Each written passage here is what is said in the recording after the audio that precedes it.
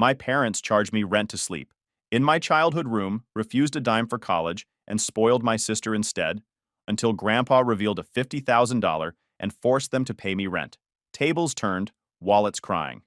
Hey Reddit, so I, Eli, 22 male, have been sitting on this family drama for a while, and let's just say it involves some very entitled parents, a spoiled golden child sister, and my grandpa who might just be the most savage old man alive.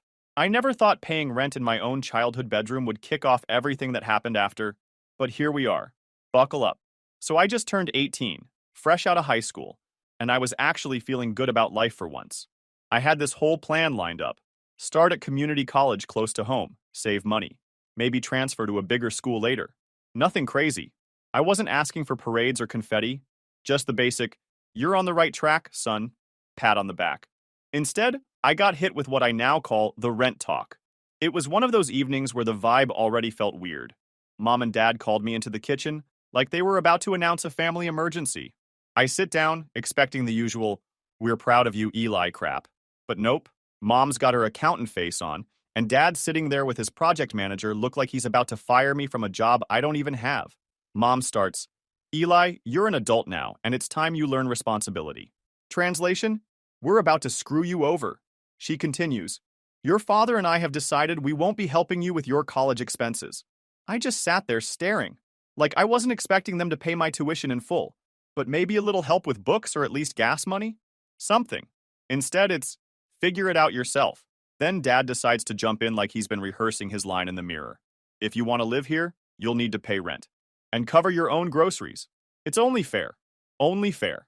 Let me paint the picture.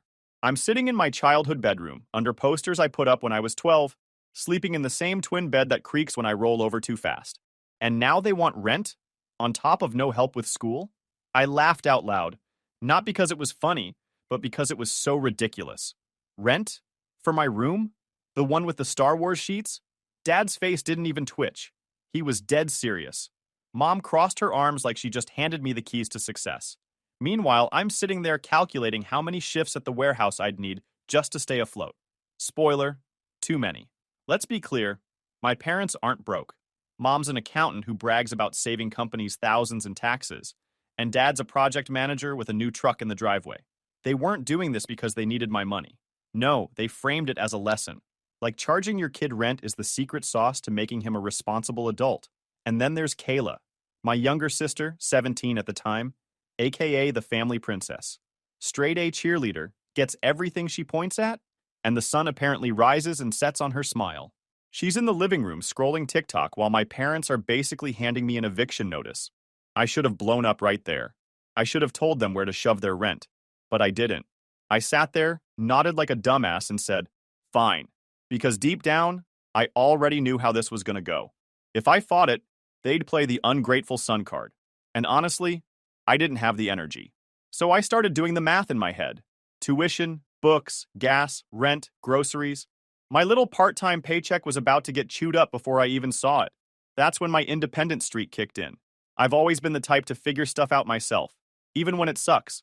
So I thought, fine, I'll pay your stupid rent, I'll cover my school, and I'll grind my way through. But don't expect me to be happy about it. I picked up more warehouse shifts. Started doing side hustles too. Fixing up cars for neighbors, helping people move heavy crap, whatever paid cash. My schedule was already looking insane, and school hadn't even started yet. But hey, at least I was learning responsibility, right?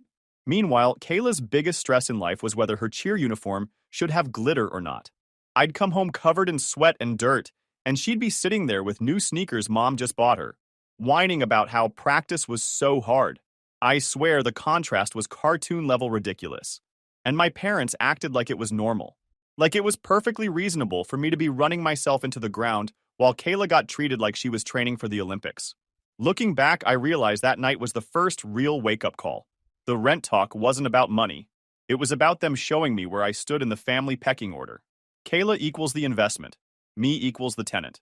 I went to bed that night, staring at my ceiling, already exhausted, and college hadn't even started yet. My brain was buzzing with numbers. How many shifts? How much gas? How long I could stretch $20 of groceries? I promised myself one thing. The second I had enough saved, I was gone. And when I left, I wasn't looking back. That became my fuel. Every heavy box I lifted at the warehouse, every busted engine I patched up in some neighbor's driveway, every hour I stayed up studying, I kept telling myself, get out, cut them off, build your own life. I didn't know how messy things would get later. At the time, I thought the worst of it was just the rent. Honestly, I had already been poking around looking for apartments before my parents even hit me with their pay rent speech. I wanted out, no question. But the problem? Everything within a 20-minute drive of campus was insanely priced. Even the dumps with peeling paint and quirky plumbing were charging more than I made in 2 weeks.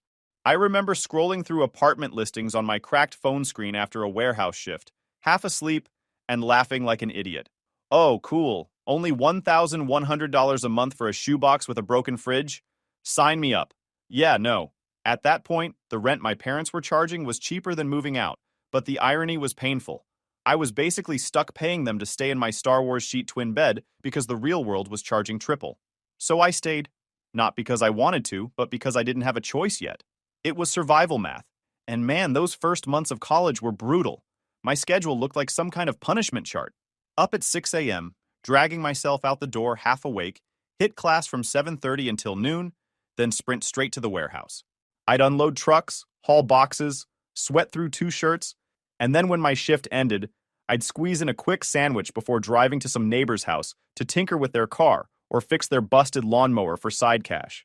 By the time I got home, I wasn't even tired. I was demolished. But you think my parents noticed? Nah. The only thing they noticed was the calendar. Eli, your rent's due Friday. Eli, we saw the water bill went up. Are you taking longer showers? Like, sorry for trying to scrub forklift grease off my hands, Mom. My bad. There was this one night that still sticks with me. I dragged myself home after a 12-hour day, hands shaking from exhaustion, and Kayla was sprawled on the couch with a brand new MacBook. She waved it at me like a trophy. Dad said I needed it for school. Isn't it cute? I just stared at her. My laptop at the time was a 5-year-old dinosaur that sounded like it was about to take flight every time I open more than 2 tabs and won't work unless it's plugged to the charger. But sure, Kayla needed the newest model because Google Docs runs better. Mom overheard, and instead of maybe offering me even a little help, she tossed out, Eli, you really should budget better if you want to upgrade things. I wanted to laugh in her face. Budget better? Lady, I've stretched $40 of groceries across 2 weeks. I can't budget air. The part that made it worse was how normal they acted about it all. Like it was totally reasonable that one kid gets handed everything, and the other one is basically treated like a tenant in the basement. If I ever even hinted at how unfair it was, Mom would hit me with the guilt trip. We're doing this for your own good. You'll thank us later. Yeah, because nothing says thank you like being 18, broke, and eating instant noodles. And don't get me wrong, I thought about leaving. Every day I thought about it.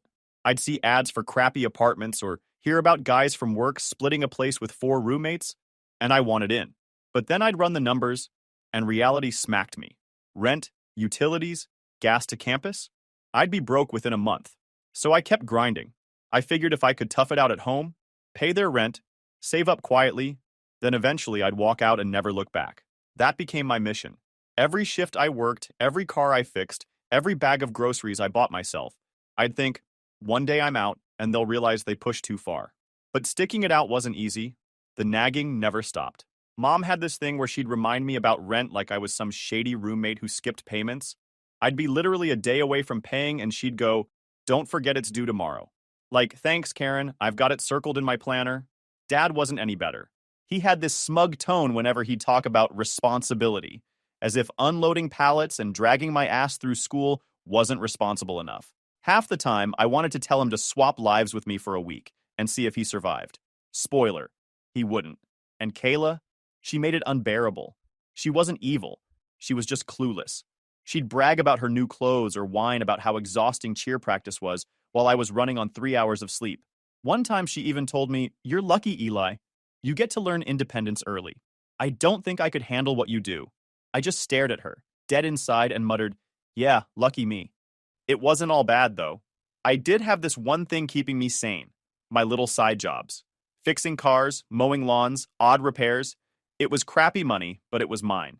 And when you're living under people who treat you like a tenant, even $20 you earn on your own feels like freedom. Still, the grind was brutal. By the end of the semester, I wasn't thriving, I was surviving. Grades weren't awful, but they weren't great either. I was constantly behind, juggling work and bills like a circus act. And every time I'd sit down with my bank app and see $32.17 staring back at me, I'd wonder how the hell I was going to stretch it until payday. But I kept pushing, because the one thing I promised myself was that no matter how unfair it got, I wasn't quitting school. I wasn't dropping out. If I quit, they'd win. And I wasn't giving them that satisfaction. So yeah, life under pressure, that was my normal. And I thought that was the worst of it. What I didn't know was that things were about to go from unfair to straight up insane. See, I'd been grinding for months, juggling school, the warehouse, and side gigs like a circus clown on caffeine. Most weeks I was scraping by, counting coins in my glove compartment to make gas money. But then something crazy happened. I got a bonus at work. Not just a little $50 good job card, a legit fat envelope. Management had this thing where if you stuck through the busiest season and didn't quit, they'd hand out bonuses. Most guys burned out, but I held on. So one Friday, the supervisor slaps a check into my hand and says, "You earned it, kid. Don't spend it all in one place." I almost cried, not even kidding. It wasn't life-changing money, but it was enough to finally breathe. Enough that I could pay my rent, cover my gas, buy groceries, and maybe, just maybe, take a day to myself without stressing. For once, I wasn't drowning. Of course, that feeling didn't last long. Because somehow, like vultures circling roadkill, my parents found out. I still don't know how. They probably peeked at my mail or overheard me mention it to Kayla. Either way, the second they knew, the entitlement switch flipped. It started casually. Mom jokingly asked at dinner, "So, Eli, how much was that bonus?" I froze because I knew it wasn't really a joke. I shrugged it off, said, "Enough to cover rent for a while," and went back to eating. But she pressed, "You know, your father and I have been covering you for 18 years. Don't you think it's fair you give something back now that you've got extra?" I almost spit out my food. Covering me? I'm literally paying you rent every month. Dad jumps in like he's closing a business deal. That's different. We're talking about compensation. We've invested in you all these years, and it's time you start contributing more. 10% of your wages sounds fair. I actually laughed out loud. Not a chuckle, a full-on laugh. You want me to tithe to you now? What is this, the church of Mom and Dad? They didn't laugh. Mom's face went tight. Dad leaned in, dead serious. We're not asking, Eli. We've been more than generous letting you stay here. Generous. That word stuck in my head like a splinter. Generous, while I was paying them rent to sleep in the same squeaky twin bed I had since middle school. Generous, while Kayla was literally being chauffeured to cheer practice in new sneakers every week. Generous, while I was skipping meals so I wouldn't miss tuition payments. I put my fork down and looked them both dead in the eye. Hell no. I already pay rent. You're not getting a cut of my paycheck like I'm some cash cow. Mom gasped like I'd slapped her. Dad's jaw clenched. You're being ungrateful, he snapped. Your sister never talks to us this way. Yeah, because you don't ask her for rent money, I shot back. She gets laptops and shopping trips. I get invoices. The silence that followed was thick. Kayla, of course, just sat there sipping her smoothie like she was watching Netflix. Not her problem, right? Dad tried one more guilt trip. We sacrificed a lot for you, Eli. Food, clothes, this house. You don't think that deserves repayment? I leaned back in my chair, smirking. Oh, I'll repay you. I'll repay you by graduating, moving out, and never needing a dime from you again. That's the deal. You're not getting a cut of my hard-earned money, so Kayla can get her next pair of shoes. They didn't know what to say after that.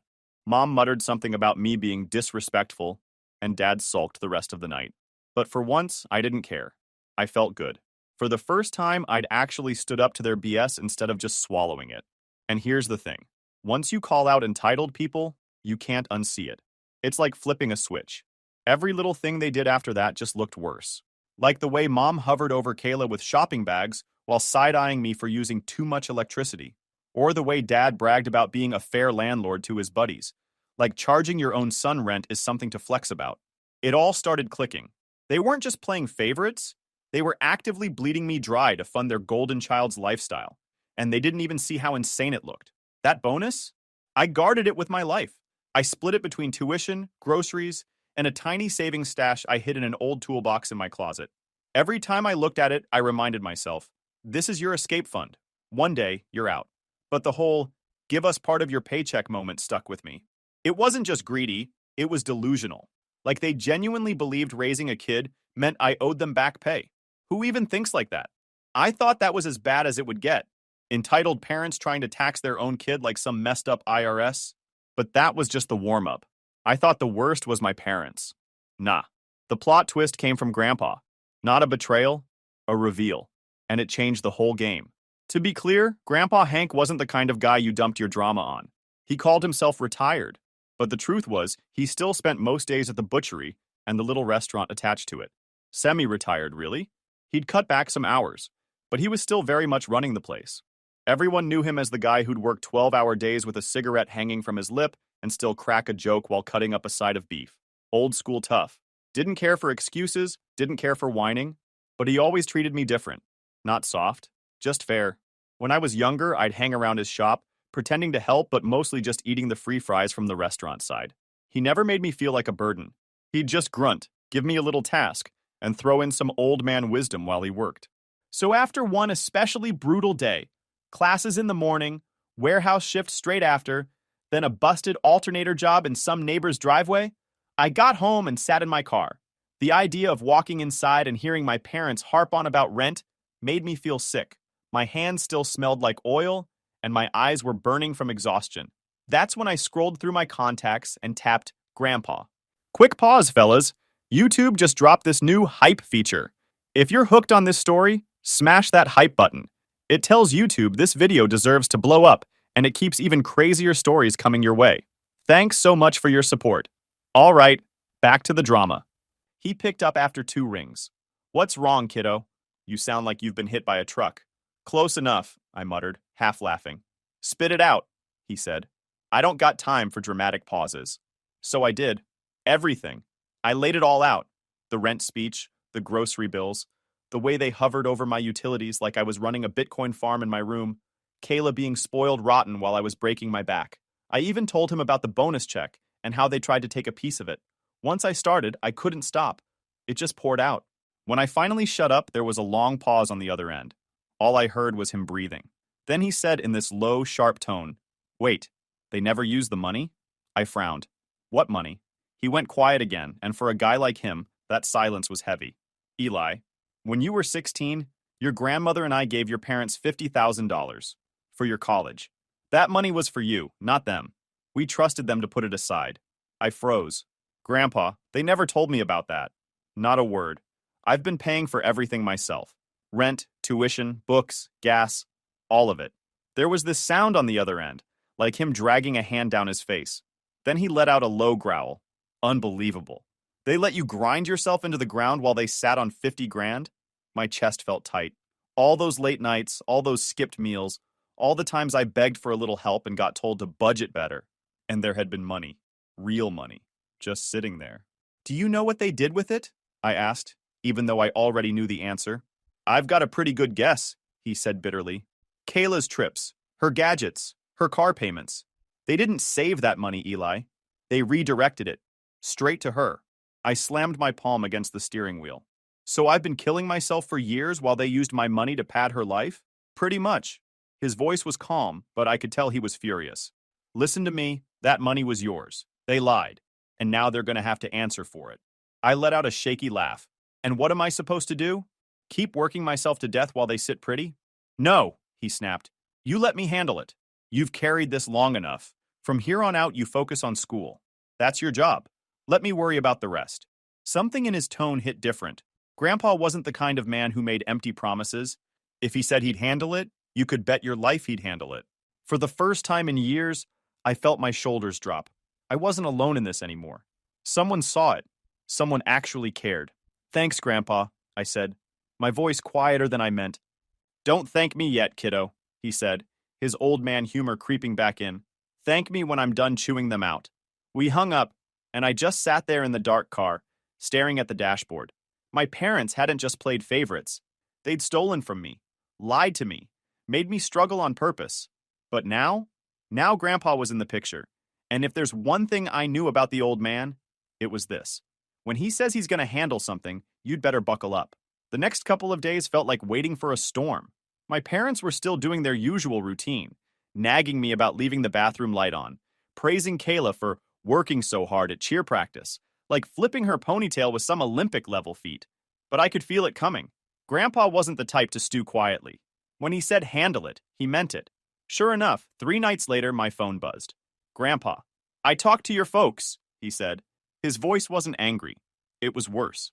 Calm, steady, like a butcher lining up the cleaver. I sat up straighter. And they admitted it.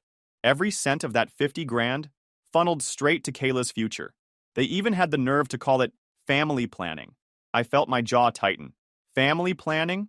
While I was working double shifts just to eat? Yep, he said. And when I told them to pay it back, you know what they did? They laughed. Said I was too old to understand money anymore. Said I was losing it. I actually froze. My parents told Grandpa, the guy who built a whole business from scratch, that he was losing it. Grandpa didn't even sound offended. More amused, like he'd just heard the dumbest joke of his life. So I told them something they didn't know, he went on. That house they're so proud of living in? The one they've been charging you rent for? It's mine. Been in my name since before your dad was even married. I nearly dropped the phone. Wait, what? Yep, deeded to me. I let them live there because I figured it'd help them get on their feet. Guess they forgot who signs the dotted line. So here's what's happening. They're gonna pay back the 50 grand, every penny, and from now on, if they want to stay under that roof, they're paying rent. To you. Think about it, kid. They made you pay rent for your own childhood room, and now they're the tenants. Tables turned. I sat there stunned. To me? That's right, he said, his voice hardening. They bled you dry while they sat on money that wasn't theirs. Time they start coughing up what they owe. Consider it restitution. I didn't even know what to say. For years, my parents had me convinced I was the burden, the one costing them money, the one dragging them down. And now here was Grandpa, flipping the script entirely. Of course, my parents didn't take it well. The very next evening, they showed up at Grandpa's butchery. I was there, helping him stack some boxes, when Mom's SUV screeched into the lot. She stormed in with Dad trailing behind, looking like they'd just been evicted. Dad, this is ridiculous, Mom snapped, marching right up to Grandpa. You can't just demand money from us like this. And rent? To Eli? He's a child. Grandpa leaned on the counter, calm as ever. He's more of an adult than you two combined. And yes, I can, because you stole from him. That money was his, not yours. You lied, and now you pay it back. Dad tried to puff his chest out. You're not thinking straight, Dad. You're old. You're being manipulated by Eli. He's twisting things. Grandpa raised an eyebrow. Old? Maybe. But my memory's sharp enough to recall handing you $50,000 with your mother standing beside me. And I sure as hell remember telling you it was for Eli's education. People in the restaurant had stopped eating by now. A couple of regulars were pretending not to listen, but everyone could hear. My parents must have realized it because Mom hissed, "Can we at least talk about this in private?" Nope, Grandpa said flatly. You tried to shame Eli in front of neighbors, guilt him like he owed you for existing. Now you get a taste of your own medicine. If you don't like it, the door's right there. The silence that followed was brutal. Mom's face went red, Dad stared at the floor, and I swear one of the guys in the back booth actually smirked. Mom finally snapped. You're making a mistake. You're letting Eli turn you against us. He's ungrateful. He's selfish. Grandpa cut her off with a laugh. Ungrateful. Selfish. This kid's been busting his back to pay rent on a house he didn't even owe you for, while you funneled his money to his sister. If anyone's selfish here, it's staring at me right now. That shut her up. Dad muttered something about family loyalty, but Grandpa didn't budge. Loyalty goes both ways. You don't steal from your son and call it parenting. You don't take what was meant for him and hand it off to Kayla like she's royalty. From now on, you're paying Eli. End of story. I'd never seen my parents so speechless. They stood there fuming, but for once, they had no power, no excuses. Just two entitled people finally cornered. Later that night, I packed my stuff. I didn't even leave a note. Just loaded my beat-up car and drove straight to Grandpa's. He was waiting at the door like he knew I'd come. Rooms upstairs, he said simply. Bathrooms down the hall. Don't worry about rent. I'm not your parents. For the first time in years, I felt like I was actually home. And while I settled into that quiet, cozy room, my parents were left staring at a new reality, paying rent to the son they'd treated like a tenant all along. I can't lie. It felt good. Not just moving into Grandpa's place, which was already 10 times more peaceful than my parents' house, but knowing the balance had flipped. For years, they acted like I was some kind of burden, nickel and diming me, demanding I pull my weight. Now, they were literally writing checks to me, and Grandpa made sure of it. At first, I thought they'd refuse, that they'd rather choke than admit they owed me anything. But the second Grandpa laid it out plain, Pay him or pack your bags. They folded. Funny how quick people can switch when their roof's on the line. And guess who felt the fallout the hardest? Kayla. See? All those little luxuries that kept her floating in her perfect golden child bubble? Gone. The endless shopping sprees, the surprise gadgets, the car money, all cut off. Mom and dad suddenly had a new priority, coughing up rent and repaying 50 grand they didn't have anymore. Kayla's college dream package went from princess tier to discount aisle overnight. I didn't even hear it from them first. I saw it on Instagram. Kayla posted a mirror selfie in some cheap boutique uniform with the caption, "First day working girl LOL, new adventures." I laughed so hard I nearly dropped my phone.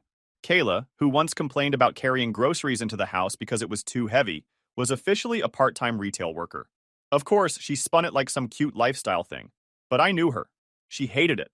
Standing on her feet, folding clothes, dealing with cranky customers. It wasn't the golden child life she'd been promised. Not long after, she cracked. My phone buzzed late one night, and against my better judgment, I answered. She was sobbing so hard I could barely make out the words. "Eli, it's ruined. Everything's ruined." I leaned back in my chair, trying not to laugh. "What's ruined, Kayla?" "My life," she wailed. "Mom and Dad said they can't send me money anymore, and now I have to budget." "Budget? Do you know how humiliating this is?" I actually snorted. "Welcome to the club. Welcome to... I've been budgeting since forever. Ramen noodles, peanut butter sandwiches, the whole deal."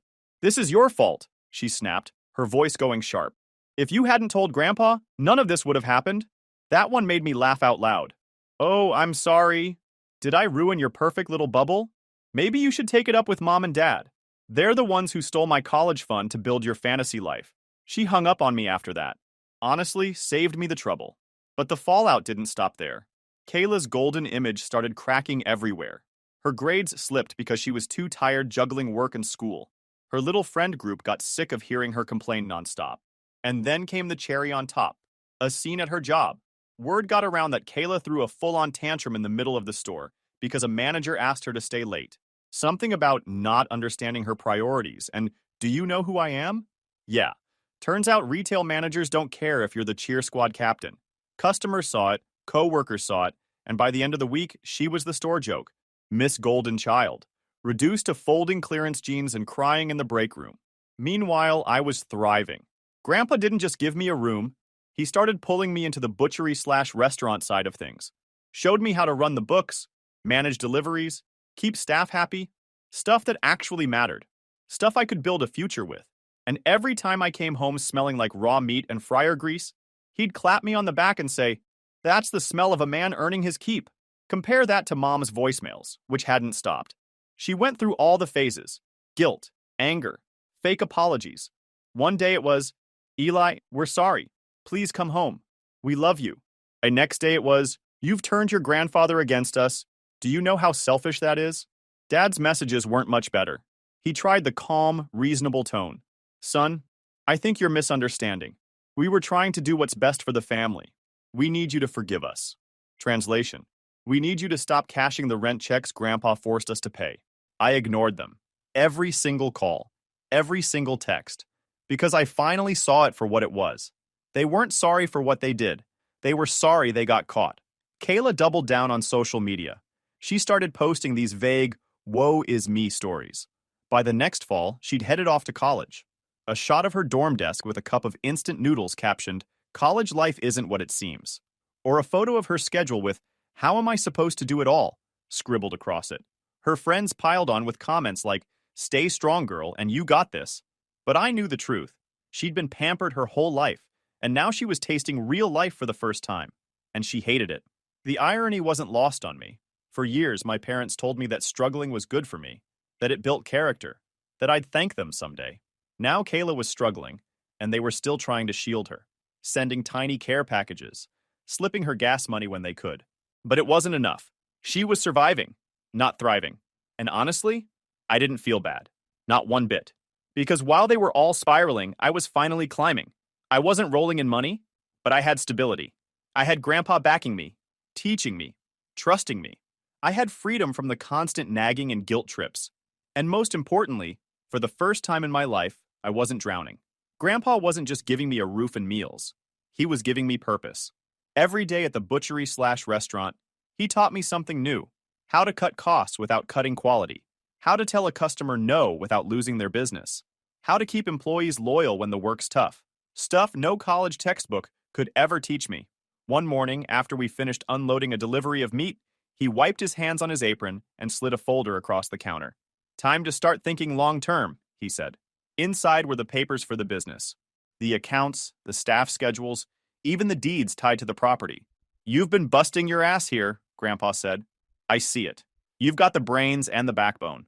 When I'm ready to fully step back, this place is yours." I stared at him. "You're serious?" "Kid, I don't do jokes about money." He smirked. "You've earned this." For once, I didn't argue. I just nodded. That moment wasn't about speeches. It was about respect. He saw me, something my parents never managed to do. Meanwhile, Mom and Dad were still scrambling.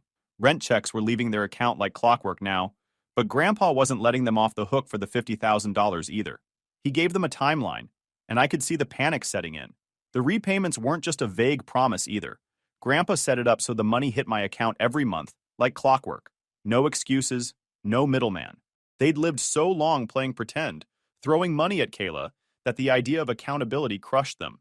Kayla, of course, wasn't handling it any better. She called me again, her voice sharp and desperate this time. "Eli, you have to tell Grandpa to stop. He's ruining everything. My grades are slipping, my job sucks, and I can't keep living like this." I leaned back in my chair at the restaurant, letting her rant. "Sounds like adulthood," I said. "Welcome." "You don't get it," she snapped. "I was supposed to focus on school, not stress about money." That was the plan. "No, Kayla," I said, keeping my tone cool. That was their plan. The one they built with my money. Silence. Then she tried the guilt card. "Don't you feel bad at all?" "We're family." I almost laughed. "Family doesn't steal from you and make you pay rent while they shower someone else with gifts. So no, I don't feel bad." She hung up again. Same old cycle. The final straw came at my community college graduation 2 years later. Grandpa threw a party at the restaurant, invited staff, friends, even some professors. Mom and Dad weren't invited, obviously, but that didn't stop them from trying to show up. They hovered outside, looking awkward in the parking lot, until Grandpa walked out and shut them down with one sentence. "You had your chance to support him. You blew it. Go home." They left without a word. No scene, no yelling. Just two people who finally realized the power had shifted for good. By the end of the night, Grandpa raised a glass of soda, tapped it against mine, and said, "To the future, boss." And that was it. The kid they treated like a tenant was now the man running the show. They were still stuck paying me rent every month, watching from the sidelines while I built something real. Kayla was juggling part-time jobs and ramen dinners, learning the lessons I'd been forced to learn years earlier. No revenge plot could have been more satisfying. I didn't need them groveling. I didn't need an apology. Watching them choke on their own entitlement while I moved forward was more than enough. And I wasn't looking back.